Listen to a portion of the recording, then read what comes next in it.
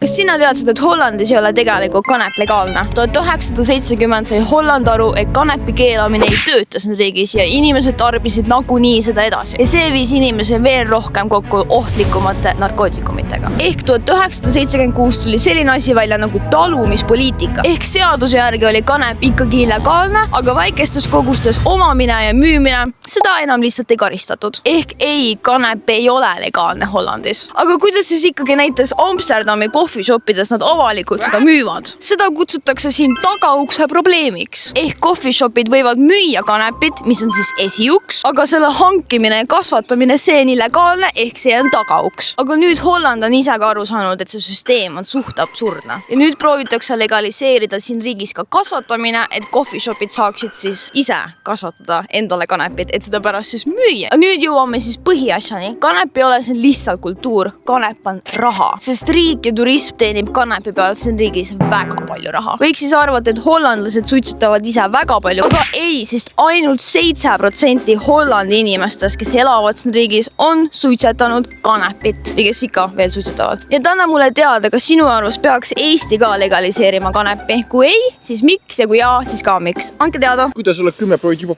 kanepi?